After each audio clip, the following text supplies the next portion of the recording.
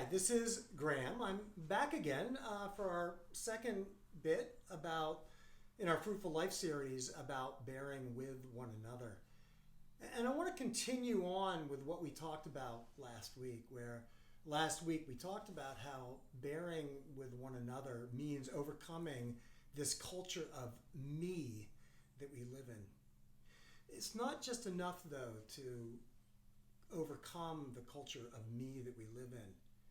Actually, bearing with one another also means noticing the pain of others and bearing with their pain. You know, all of us in our lives, all of us have some degree or another sense of compassion for people who are in pain. But you know, here's a reality. We tend to notice more the pain of other people who are struggling with the things that we have struggled with. And we notice the pains of people more easily if we've experienced it ourselves. And one of the struggles is a lot of times we don't notice, nor do we pay attention very well to the pain of people who've had pains that we haven't shared, that we've not experienced. I mean, it is one of the problems of our culture, of this me generation, this me culture of ours, is that we don't do a good job of paying attention to the pains of people who haven't lived the kind of life that we have. Whether it's somebody who's marginalized, or somebody who's poor, or somebody of a different ethnicity or a minority, is because we haven't necessarily shared their experiences. We don't necessarily notice their pain. If you were to look around at most of the great foundations, whether it's locally here in the Western Pennsylvania area where we are, or whether it's nationally, you would find that most of the people who really set up wonderful foundations are people who've set up foundations for things that they have experienced themselves. For example, in our area, the Mario Lemieux Foundation has just done incredible work and raised an incredible amount of money for people suffering with cancer.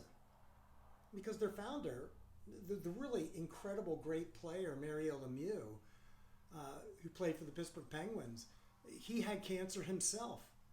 And this is wonderful because he and that foundation are bearing with others. Or you look at an organization like Mothers Against Drunk Driving. You know, this was started by mothers whose children had died as a result of drunk driving. Or you look at any kind of foundation that helps people with congenital diseases. They are often foundations started because someone in that family had that kind of disease. Because these are things that those people can easily understand. And you look at other things like food banks. Well, we can certainly understand food banks without having been hungry ourselves because we understand the need for food. Or somewhere like Habitat for Humanity, that we can understand the need because we understand the need for housing. But for Samaritan, one of the hardest things for us is that people don't know what to do with mental illness. And so mental health services are not contributed to as much because that pain is hidden. Because the people who struggle, it's harder to bear with them because maybe they seem weird, or maybe because of their bipolar or their personality disorder. They create conflict or tension. These are issues that are hidden, and yet we are called to still bear with them as well as we can. Because here's the thing. Bearing with one another means cultivating compassion for all problems.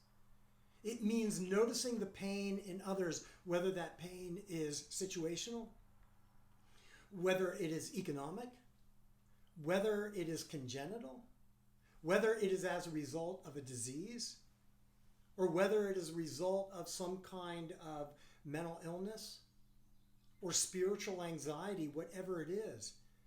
Bearing with one another, what Paul talked about in Ephesians, with all humility and gentleness, it means caring for everybody who has problems and asking the question, what can I do to make that person's life better?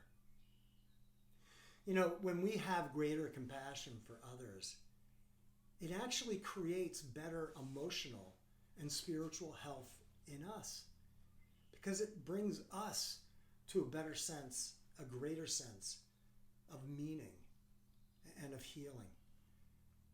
That when we have compassion for people of all problems, it actually melts our hearts a little bit and makes it easier for us to contribute to a life where we're making a difference wherever we are. Well, thank you for being with us this time as we talked about bearing with one another. And I look forward to seeing you next week as we also talk about how bearing with one another also means letting others bear with us.